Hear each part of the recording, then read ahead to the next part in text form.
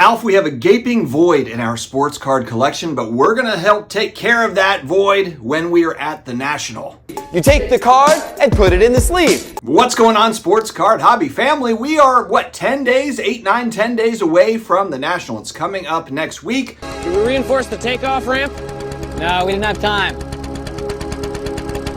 Cool. Who's fired up? Who is going? I know that I'm absolutely fired up. It's going to be good to see some people that I never get to see except for once a year. And, of course, it is the card mecca. Every card on the planet, well, maybe not everyone, but a huge variety of trading cards out there at the National Sports Card Convention. Before we dive in, get the discount with PSA, SCD25 at the shipping and billing screen. If you are a first-time submitter with PSA, take advantage with that SCD25 promo code. Tell a friend. If you have a collection to sell, make sure to go to justcollect.com. Very easy appraisal form there, whether it's vintage or modern cards. It will take care of you. Also, Hakes Auctions has a wicked July auction. Make sure to take advantage. Sports cards, non-sports cards, graded action figures, graded comic books. Speaking of graded comic books, I'm actually going to take a copy of Giant Size X-Men 1 CGC 85 that I won over at Hakes Auctions going back maybe about a year ago or so. PSA is now grading comic books, and I reached out to those folks, and I can cross this puppy over to a PSA holder, and I would like to do that, so I'm going to do that while I'm out there at the National. It is a gaping hole in the collection, and there are a lot of folks that are going to be at the National having a great time looking at vintage baseball cards, and that's part of my collection that I have not really built out yet. There's a reason for that. I do have some vintage football, I've got some vintage basketball, but I feel like vintage baseball is a rabbit hole that I've kind of avoided, really, because I don't want to put necessarily all my resources over there in vintage baseball. There are some cards that I would like to have, and I want to honor my wife's late uncle, who just recently passed away at a young age. He was only 60. He was in his early 60s. He had cancer, was battling sickness for a long time, and he did pass away last year. And the first card I'm going to talk about, he was a huge fan of Roberto Clemente. So I feel like it just makes the most sense to start with a 55 Topps Roberto Clemente rookie card. My budget is going to be anywhere from $1,500 to maybe like $2,200 for each of the cards that I'm mentioning here today. And so for the Clemente rookie card, that means probably like a PSA 2, 2.5, or maybe a PSA 3. And really, if I'm looking at the three cards I'm going to talk about today, they fall into that bucket there. So the Roberto Clemente rookie card is one of those classic cards. It's an all-time iconic baseball card, and Clemente known just as much for his big heart, for his philanthropy. He died at a very young age. He was an amazing baseball player, obviously, but a great all-around, well-rounded guy, a guy that really gave back. He's from Puerto Rico originally. I went to Puerto Rico with my wife, and they love Roberto Clemente down there in Puerto Rico, and so I want to start there. That's going to be number one on the wish list, on the target list at the National. Number two, it's a card I've been talking about really in 2025, one that I wanted to add to kind of kickstart this vintage baseball collection, and it is the 53 Topps Willie Mays. And again, it's going to be in a PSA 2, 2.5, or a 3 to fall into that price range. It really just depends on the look of these cards. For me personally, when I'm looking at vintage cards, I am a surface and centering guy. So I'm not worried about, really sharp corners and edges. I mean, look, to me, if they have really sharp corners, these cards, then they could very well be trimmed. We just don't know. So I would rather go with some rounded corners, but a really good registration, great looking surface. Maybe it's got really bold coloring. And then if it has good centering too, then that is amazing. That's a kind of a good combination. I understand that a 2 or a 3 is not going to have probably both, meaning it might have some nice color, some pop to it, but is it going to be, perfectly centered? Probably not. And that's okay. So I just don't want to have kind of the centering be way off, to where like left to right, it's like falling off, falling off the card type thing.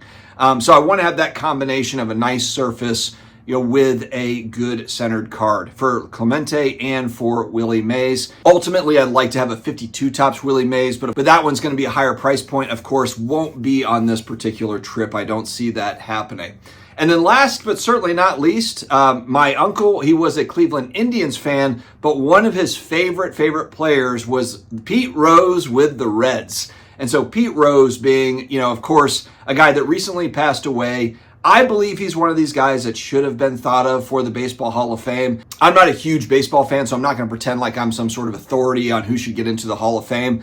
But if I look at guys like Barry Bonds and I look at Pete Rose, I feel like that the accomplishments on the field superseded what they did off the field. This is not a O.J. Simpson scenario. I just don't see, why these guys never got into the Hall of Fame and they were completely jaded. O.J. Simpson is, I believe, still in the Pro Football Hall of Fame. So there you go. But the 63 Topps Pete Rose rookie card, that'll be one that I'm looking at too. Lower on the priority list, I think this would probably be a PSA 3 or PSA 4 for me. But I'm really looking for the Clemente and the Mays being more of a priority than the Pete Rose rookie card. But I'm going to have fun because the National, there's a lot of cards there, but there's a hell of a lot of vintage. A hell of a lot of vintage there. So there will be a lot of options for these three particular cards. Now, a fun card I'm going to throw into the mix here. I'll throw in a fourth card that could be a target, but it really just depends on the price point. It's a 2015 Topps Dynasty. It's the Will Ferrell, yes, the actor, comedian Will Ferrell autograph, the patch autograph. They're on-card autos. Will Ferrell I don't think he has any other pack-pulled type autographs. I could be wrong, but I'm pretty sure that I'm not. And so that's a card that I've been kind of chasing for a while. My price range for that card is more in the $2,500 to $3,000 range. There's a couple up there on eBay now where they're asking like $5,500.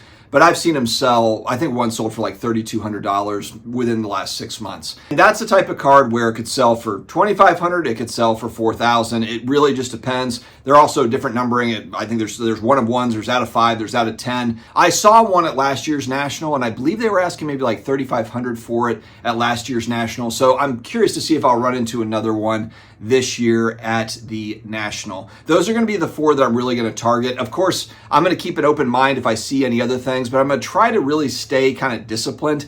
I've got great Drew Brees cards. I mean, sure, I could add, another great Drew Brees card to the PC, but I really want to start to build out the vintage baseball card collection. And I'm not going to be the guy, at least I say this now, but I don't anticipate being the guy that's collecting all the Hall of Famers and that sort of thing. I want to really focus and be player collecting. And really, if I'm being honest, the three guys that I'm really looking at hard, as far as not just the Clemente rookie card, but just in general cards, is Roberto Clemente, Willie Mays, and Barry Bonds are really the three guys that I really want to focus in on the most. I think that Willie Mays and Barry Bonds are the best baseball players ever, if we're just talking about all-around players. I know Bonds is going to get a bad rap for the steroid use, but there was not a more feared batter in modern day than Barry Bonds. When you look at a lot of the stat sheet from Aaron Judge and these guys and what they're doing today as far as hitting goes, then you compare it to some of Barry Bonds' seasons, and I get it. He was on the juice and this and that or whatever. He still had to swing the bat, and they were literally walking this guy with the bases loaded, Barry Bonds. So if you're a young person, you've never seen any Barry Bonds highlights, check out Barry Bonds. I mean, he was from another planet, this guy, when it came to hitting. And I don't know. Barry Bonds is a guy that I do want to kind of focus in on. So I will be kind of more of a player collector. Those are the three guys that I really want to start with as far as just kind of building out my baseball card collection. We'll see, where it goes from there, but I want to be specific. Another guy that I really like as well that I'm thinking about is Ted Williams. I saw Tony Southern Collector did a video about an hour long. I caught it on the plane talking about Ted Williams, and I already did know that Ted Williams basically was like playing baseball, then went to war, then came back and played like some of the best baseball ever. So these guys were absolute legends. So Ted Williams would be another guy that I kind of throw into the mix there. Another reason why I kind of like Ted Williams, if I'm comparing like the pricing for Ted Williams to Mickey Mantle, Mickey Mantle a lot more expensive, and a lot of it's because Mantle is a legendary Yankee.